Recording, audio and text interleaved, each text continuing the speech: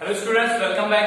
हम स्टडी कर रहे हैं मिनरल न्यूट्रिशन और मिनरल न्यूट्रिशन के अंदर जो है अभी हमने देखा कि किस तरह जो है डिफरेंट मिनरल एलिमेंट्स जो हैं वो प्लांट्स के लिए कौन कौन से मिनरल मिनरल्स इंपॉर्टेंट होते हैं, ठीक है। और एसेंशियल एलिमेंट्स देखा हमने, फिर उसके अलावा बेनिफिशियल एलिमेंट्स देखा, उनके इंपॉर्टेंस देखे, ठीक है। फिर मिनरल न्यूट्रिशन कैसे होती है प्लांट्स के अंदर, कैसे प्लांट्स जो है मिनरल्स को अपने अंदर लेते हैं, ठीक है, सॉइल से या फिर एटमॉस्फेयर से।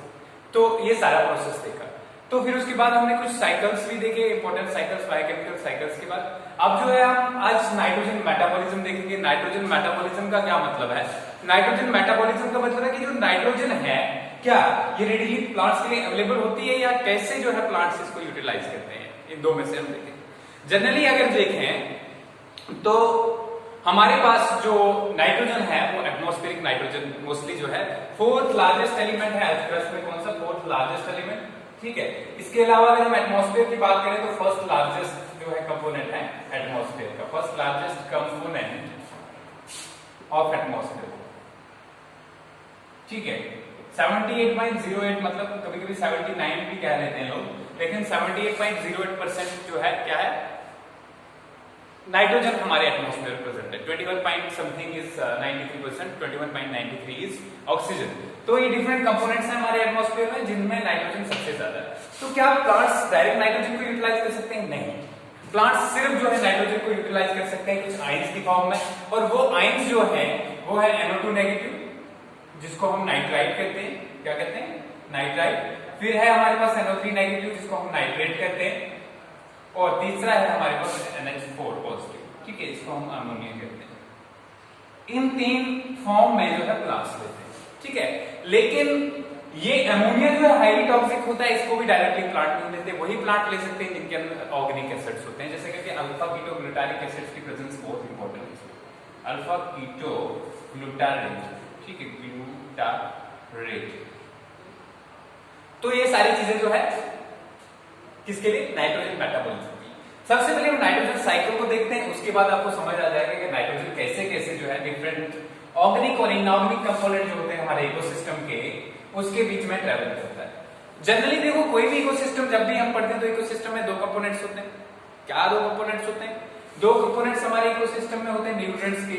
एक तो रिजर्व फॉर्म में होते हैं न्यूट्रिएंट्स, रिजर्व। दूसरा होता है साइक्लिंग, ठीक है, साइक्लिंग फॉर्म में।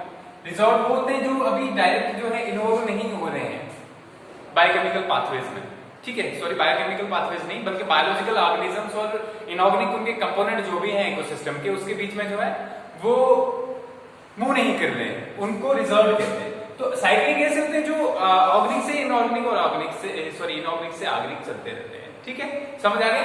तो नाइट्रोजन साइकिल देखिए क्या है। नाइट्रोजन साइकिल एक ऐसा साइकिल है जिसमें नाइट्रोजन जो है बायोटिक और अबायोटिक कंपोनेंट्स के बीच में घूमता रहता है। अभी बायोटिक और अबायोटिक कंपोनेंट्स क्या है? बायोटिक कंपोनेंट्स आगे जितने भी लिविंग थिंग्स हैं, चाहे वो प्लांट्स हैं, एनिमल्स से, माइक्रोब्स से, ठीक है।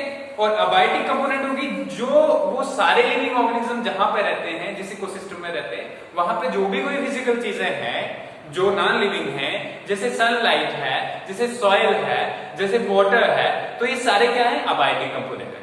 देखते हैं नाइट्रोजन कहां से कहां जाती है। सबसे पहले हमने क्या देखा? एटमॉस्फेयर में नाइट्रोजन होती है, ठीक है, एटमॉस्फेयर में। दूसरी बात हमने ये भी की कि नाइट्रोजन डायरेक्टली यूटिलाइज नहीं कर सकते प्लांट्स, तो कैसे करते हैं? आयंस की फॉर्म में। तो आयंस कहां से बनते हैं उसके बारे में देखते हैं। तीन तरीके से नाइट्रोजन फिक्स हो सकती है।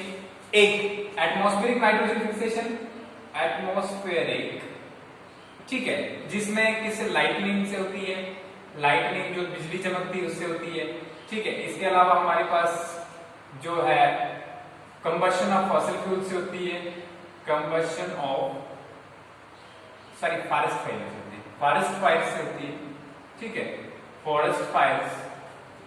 तो ये जो है एटमॉस्फेयर में जो डायरेक्ट नाइट्रोजन फिक्स होती है। तो बनता है क्या इससे? इससे बनती है नाइट्रोजन ऑक्साइड, NO2 बनती है, NO3 बनती है, ठीक है, समझ आ गया।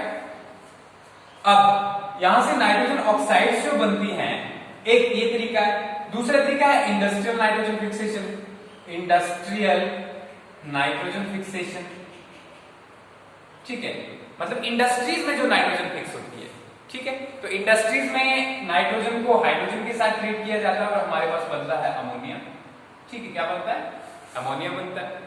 ये दो तरीके होगी। और तीसरा जो फिक्सेशन का प्रोसेस है उसको कहते हैं बायोलॉजिकल नाइट्रोजन फिक्सेशन। यहां से आप समझ जाएंगे कि बायोलॉजी इंक्लूड हुई, बायोलॉजी मींस कोई लाइफ इंक्लूड हुई, इट मींस लिविंग ऑर्गेनिज्म यहां पे फिक्स कर रहे होंगे। क्या वो प्लांट्स होते हैं? नो, प्लांट्स फिक्स नहीं करते। क्या वो एनिमल्स होते हैं? नहीं।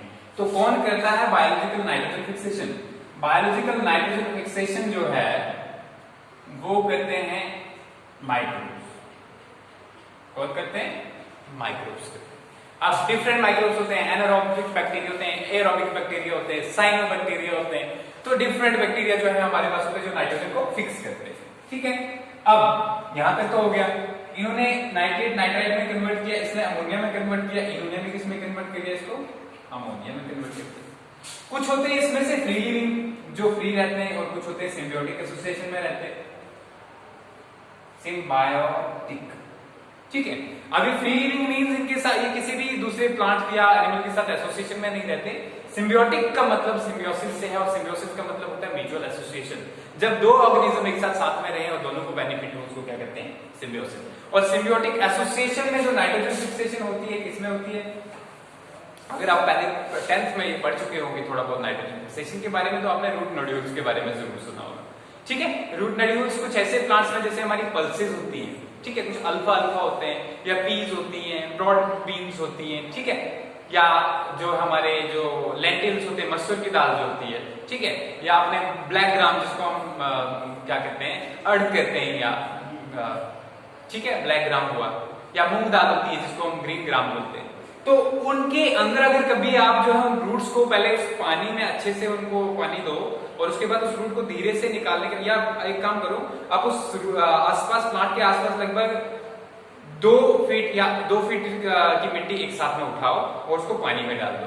पानी में डालने के बाद जब वो पानी से बह जाएगी सारी मिट्टी, तो आप उस प्लांट को जब देखोगे तो उसको आपके रूट के ऊपर जो है इस तरीके के जो है जैसे दाने निकलते हैं किसी को, ठीक है, उसी तरीके के जो है निकले हुए दिखेंगे आपको। ये नोड्यूल्स होते हैं, इसके अंदर कुछ बैक्टीरिया होते हैं जिनको जैसे राइजोबियम है हमारे पास, ठीक है, तो वो बैक्टीरिया क्या करेंगे? नाइट्रोजन फिक्स करेंगे।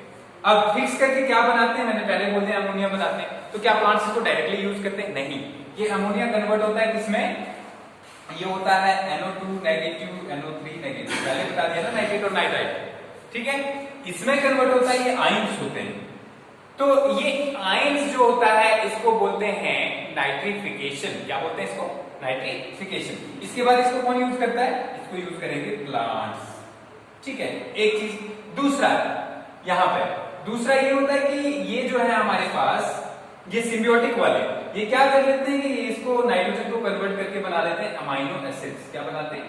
Amino acids. बायोलॉजी के पोर्शन के जूलॉजी वाले पोर्शन में आपने बायोमॉलिक्यूल पढ़ लिया होगा, ठीक है, तो बायोमॉलिक्यूल्स के ऊपर आपने प्रोटीन्स पढ़ा होगा, तो प्रोटीन्स के कॉन्स्टिट्यूएंट यूनिट्स क्या होते हैं? अमाइनो एसिड्स होते हैं, ठीक है। तो अमाइनो एसिड्स जो है वो बनाते हैं। फिर ये अमाइनो एसिड्स जब प्लांट्स या एनिमल्स जब प्लांट्स इनको यूटिलाइज करते हैं, तो अमाइनो एसिड्स प्लांट्स में चले जाते हैं, फिर एनिमल्स में चले जाते हैं, ठीक है। ये तो हो गया कि प्लांट्स और एनिमल्स तक कैसे पहुंचे, लिविंग ऑर्गेनिज्म तक कैसे पहुंचा। अब वापस नाइट्रोजन में कैसे पहुंचता है? वापस पहुंचता है नाइट्रोजन जो है डीनाइट्रिफिकेशन से। किससे?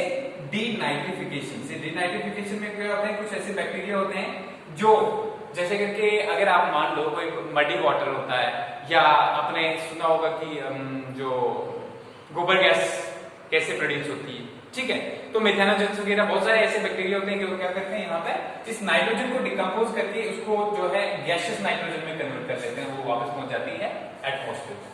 कहां पहुंच जाती है? एटमॉस्फेयर में।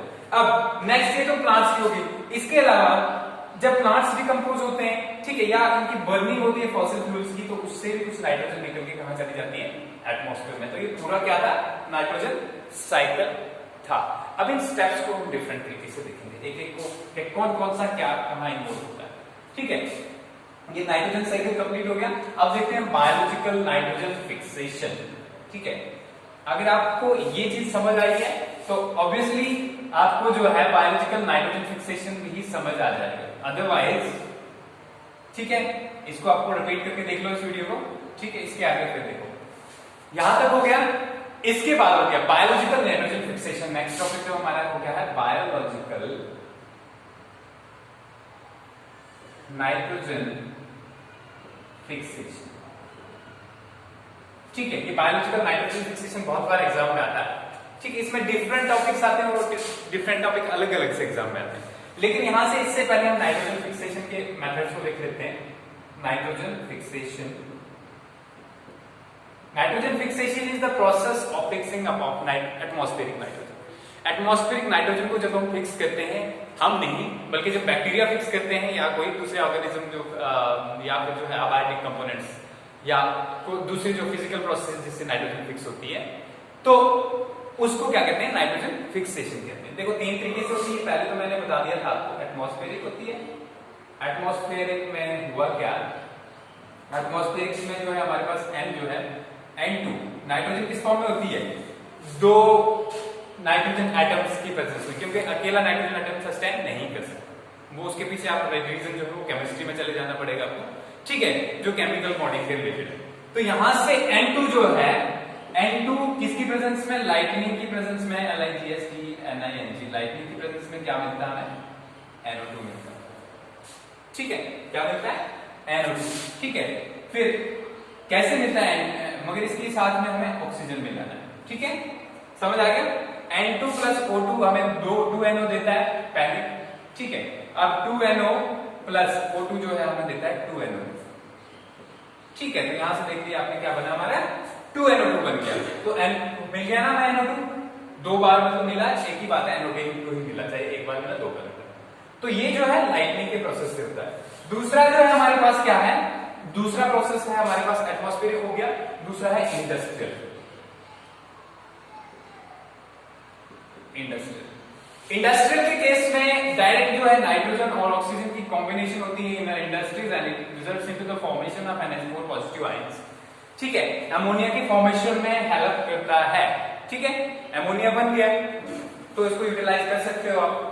ठीक है, हाल यूज किए कभी, आपने देखा जो बच्चे जो है जिनके पेरेंट्स फार्मिंग करते होंगे उन्होंने देखा होगा कि एक व्हाइट कलर के जो है शुगर के बड़े बड़े दाने जो टाइप जो है यूज होता है खाद। ठीक है, तो वो जो है उस खाद में तीन चीजें होती है, नाइट्रोजन, फास्फोरस और पोटेशियम। ठीक है, जो पोटाश खाद यानी पोटेशियम वाली होती है तो वो मोस्टली ब्लैक कलर की होती है, जबकि नाइट्रोजन में जो सफिशिएंट होती है वो व्हाइट कलर की होती है। ठीक है, फिर हो गया नाइट्रोजन फिक्सेशन पे वापस पहुंचते हैं हम अपनी जगह जहां से हमें स्टडी करना है, that is biological nitrogen fixation. ठीक है, biological nitrogen fixation is done by microbes. इससे होती है microbes.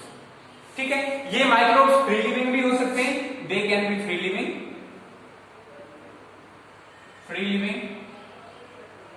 And they can be in symbiotic association,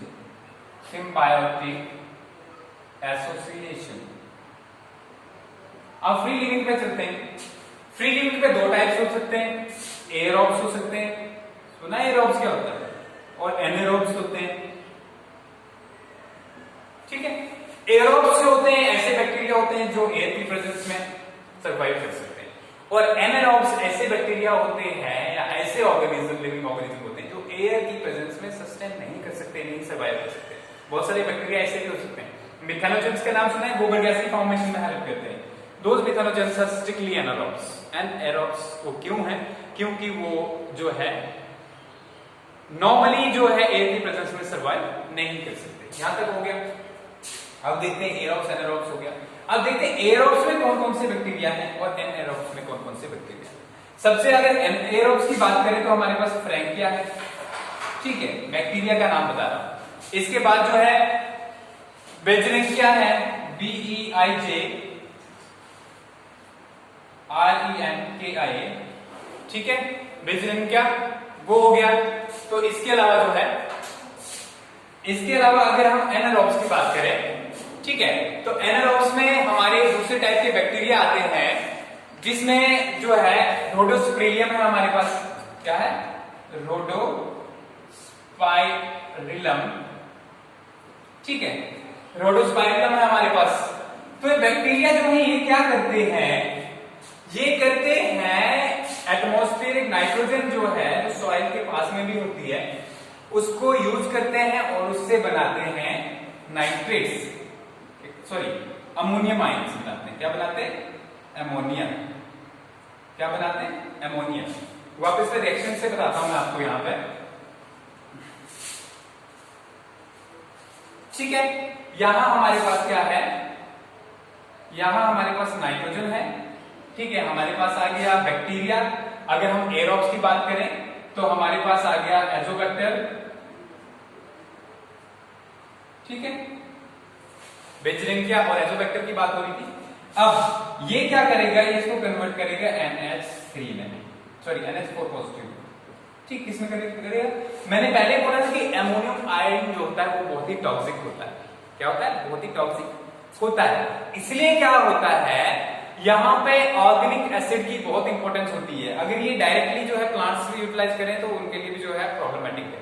लेकिन इस अमोनियम आयन को न्यूट्रलाइज करने के लिए हमारे पास ऑर्गेनिक एसिड्स की जरूरत होती है। ऑर्गेनिक एसिड्स जैसे कौन से ऑर्गेनिक एसिड्स हो सकते हैं? जैसे हो सकता है अल्फा कीटो ग्लूटारेट।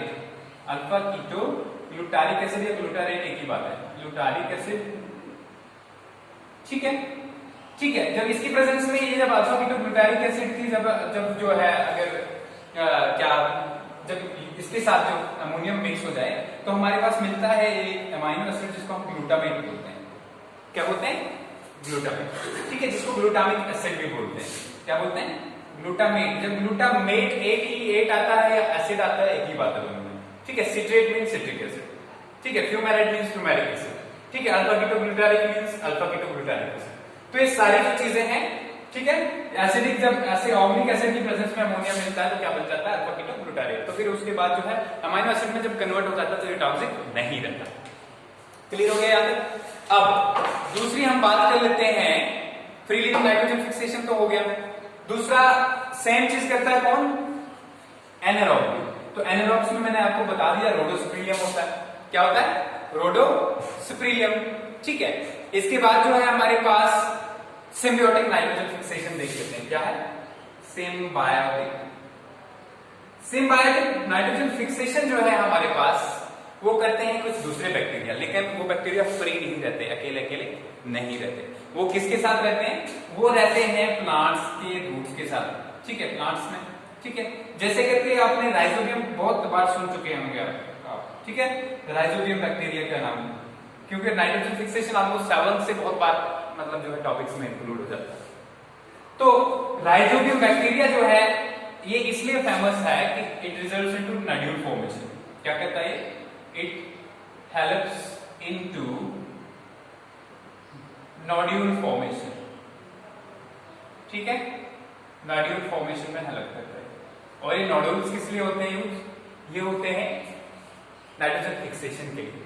ठीक है, अगर इसकी बात करें सिम्बियोटिक बैक्टीरिया की बात अगर करें हम, तो सिम्बियोटिक बैक्टीरिया में इसके अलावा हमारे पास फ्रैंकिया भी है। ठीक है, फ्रैंकिया जो है, फ्रैंकिया एक दूसरा बैक्टीरिया है। ठीक है, जो सिम्बियोटिक नाइट्रोजन फिक्सेशन में भी हेल्प करता है। ठीक है, ये हो गया सिम्बियोटिक नाइट्रोजन फिक्सेशन। अब देख लेते हैं सिम्बियोटिक नाइट्रोजन फिक्सेशन होता कैसे, इसका थोड़ा मैकेनिज्म देख लेते हैं। ठीक है, कभी कभी आ जाता है describe the mechanism of symbiotic nitrogen fixation. देखिए, जब नोड्यूल्स फॉर्म होते हैं, जब भी एक ये मान लो एक रूट है और इसके साथ एक नोड्यूल बना हुआ है, होता कैसे है? नॉर्मली जो बैक्टीरिया होते हैं जैसे राइजोबियम वगैरह होते हैं, आपने पढ़ा होगा रूट में, एनाटॉमी मैंने ही पढ़ाया। ठीक है, एनाटॉमी के अंदर क्या पढ़ा आपने कि एनाटॉमी में सबसे रूट का बाहर वाला जो पोर्शन होता है उसको कहते हैं हम एपिब्लेमा। जैसे शूट के केस में जो है हमारे पास एपिडर्मिस होता है, वैसे रूट के केस में क्या होता है? एपिब्लेमा होता है। अब ये एपिब्लेमा जो है इसमें कहीं कहीं जो है कुछ जो अपना सबसे पहले आ गया हमारे पास ये रूट कैप आ गया। ठीक है, ये फिर जो मेरिस्टेमेटिक जोन आ गया, ये इलोंगेशन जोन हो गया और ये मैचुरेशन जोन हो गया। ये जो मैचुरेशन जोन होता है यहाँ पे रूट हेयर्स प्रेजेंट होते हैं, ये भी सुन पढ़ा आपने। अभी रूट हेयर्स क्या करते हैं? नॉर्मली जो है सॉइल में ये बहुत सारे नॉर्मली पाए जाते हैं ये बैक्टीरिया, राइजोबियम हो गया, ठीक है, फ्रैंकिया हो गया। अभी बैक्टीरिया क्या करते हैं कि ये जो है रूट्स के आसपास से बहुत ज्यादा ग्रो कर लेते हैं, तो ये रूट हेयर क्या करता है? ये बेंड करना स्टार्ट कर देता है। क्या करता है? बेंड करना स्टार्ट कर देता है। और जैसे ये बेंड करना स्टार्ट कर देता है तो ये फोल्ड हो जाता है। तो इसके बाद ये बैक्टीरिया क्या करते हैं? ये बैक्टीरियल इन्फेक्शन जो है इस एपिब्लेमा को क्रॉस कर लेते हैं। ठीक है, और अंदर चले जाते हैं, और अंदर आपको पता है क्या होता है? ये एपिब्लेमा है, ठीक है, एपिप्लेमा के सेल अंदर होता है कॉर्टेक्स, ठीक है, कॉर्टेक्स के बाद हमारा एंडोडर्मिस, एंडोडर्मिस के बाद हमारा क्या आता है, ठीक है, एंडोडर्मिस के बाद आता है हमारा जाइलम और फ्लोएम, ठीक है, ये टिश्यू है ना, और बीच में कभी कभी पेट भी होता है, और ये रूट के केस में तो वैसे नहीं होता। तो यहाँ पे जो है ये बैक्टीरिया, इसके अंदर ये बैक्टीरियल इन्फेक्शन अंदर चली जाती है और ये कहाँ, कॉर्टेक्स में जमा हो जाती है। कॉर्टेक्स में जमा होने के बाद कुछ देर बाद जो है ये बैक्टीरिया कॉर्टेक्स के सेल्स में चले जाते हैं। कॉर्टेक्स के सेल्स में जब चले जाते हैं ये, तो ये कॉर्टेक्स के सेल क्या हो जाते हैं, इन्फेक्शन से बड़े हो जाते हैं, क्या हो जाते हैं, साइज में बड़े हो जाते हैं, समझ आ गया, बड़े होते हैं। और इसके अंदर अब बात करें हम कॉर्टेक्स के एक सेल के अंदर, तो इसके अंदर क्या क्या प्रोसेस हो जाता है, हमारे पास एक एंजाइम होता है जिसको हम नाइट्रोजनेस कहते हैं, नाइट्रोजनेस। ये नाइट्रोजनेस एंजाइम जो है स्ट्रिक्टली एनारोबिक एंजाइम है, मतलब ये एंजाइम जो है ऑक्सीजन की प्रेजेंस में जो है एक्ट नहीं कर सकता, ठीक है। तो इसलिए क्या है, इसलिए इसमें एक जो पिगमेंट इसके अंदर एक आ जाता है इन सेल्स के अंदर, जिसको हम कहते हैं लेग हेमोग्लोबिन, लेग हेमोग्लोबिन, ठीक है। ये लेग हेमोग्लोबिन पिगमेंट जैसे इन सेल्स के अंदर आता है, ये क्या करता है, ये सारी ऑक्सीजन को खा जाता है, कौन, लेग हेमोग्लोबिन। और जब ये ऑक्सीजन स्कैवेंजर भी कहते हैं इसको, लेग हेमोग्लोबिन को, क्योंकि ऑक्सीजन के मॉलिक्यूल्स को यूज कर लेता है, इसलिए जो स्ट्रिक्टली एनारोबिक कंडीशन बन जाती है। और जब भी ये जो बैक्टीरिया जो है नाइट्रोजन लेके आते हैं, तो इसमें नाइट्रोजन फिक्स होती है, ठीक है।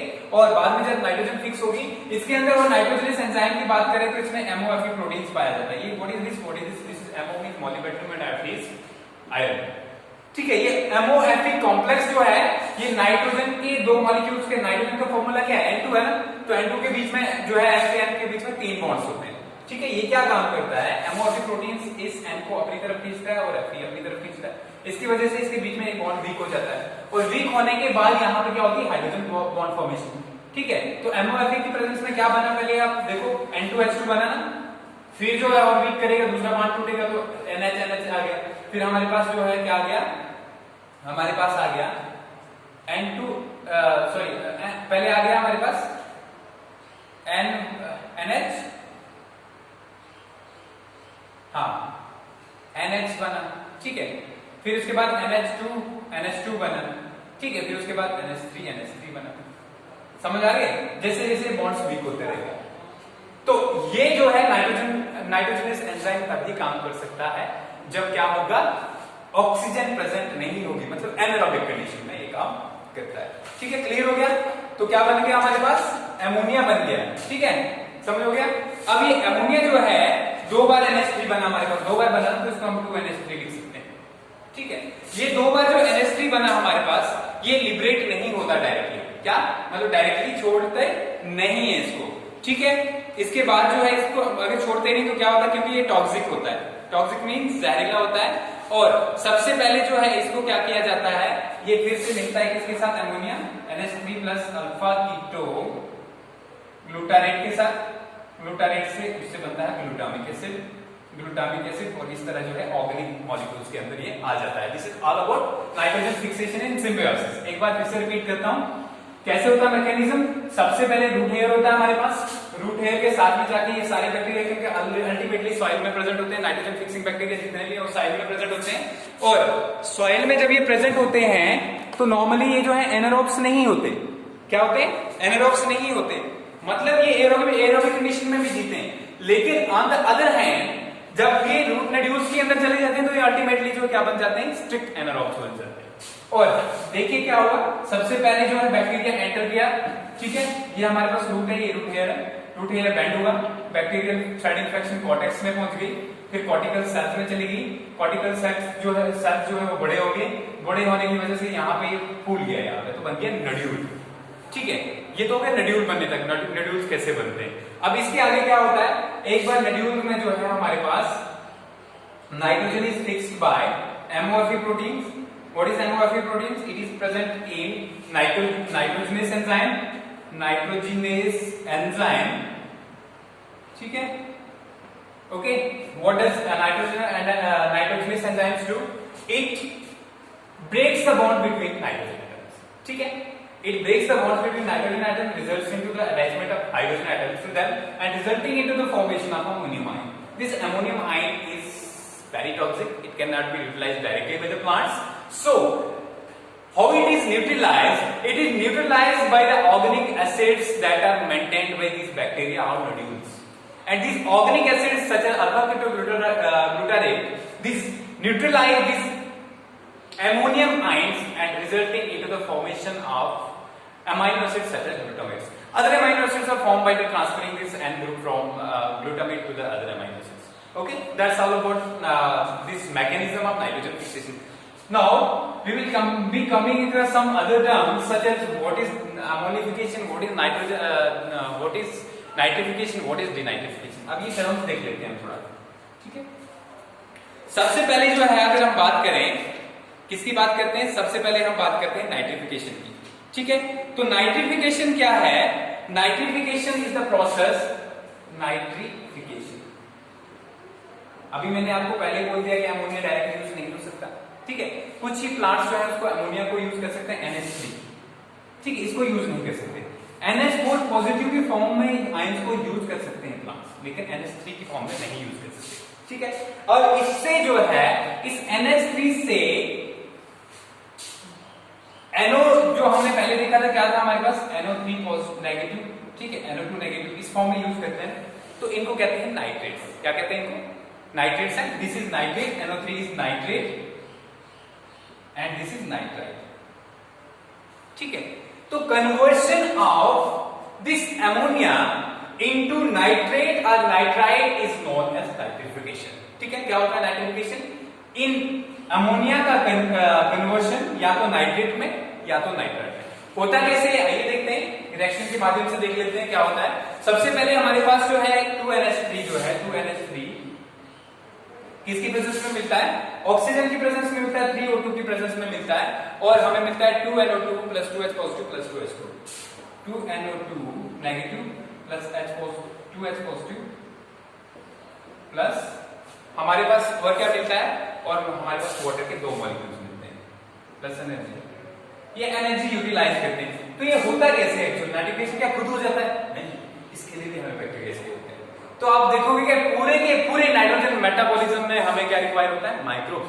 इसका मतलब सारे जितना भी हमें नाइट्रोजन रिक्वायर्ड है वो प्लांट्स से आता है, और प्लांट्स का जो नाइट्रोजन आता है वो कहां से आता है? माइक्रोब्स से। इनकेस अगर माइक्रोब्स नहीं होंगे तो क्या पॉसिबिलिटी है? यू कैन थिंक, ना ही हमारे प्रोटीन्स होंगे, ना ही हमारे अमीनो एसिड्स होंगे, ठीक है। बहुत सारे जो, इसके अलावा अगर हम बात करें तो हमारे जो क्या कहते हैं इसको, DNA जो हमारा है, ठीक है, उनके अंदर भी नाइट्रोजन बेसिस होते हैं, तो ये नाइट्रोजन नहीं आएगा। तो इसलिए माइक्रोब्स हमारे लिए इंपॉर्टेंट नहीं है। ऐसा नहीं है कि माइक्रोब्स हमारे लिए, ठीक है, हार्मफुल भी है। तो जैसे करके कौन करता है? नाइट्रोकोकस बैक्टीरिया, ठीक है।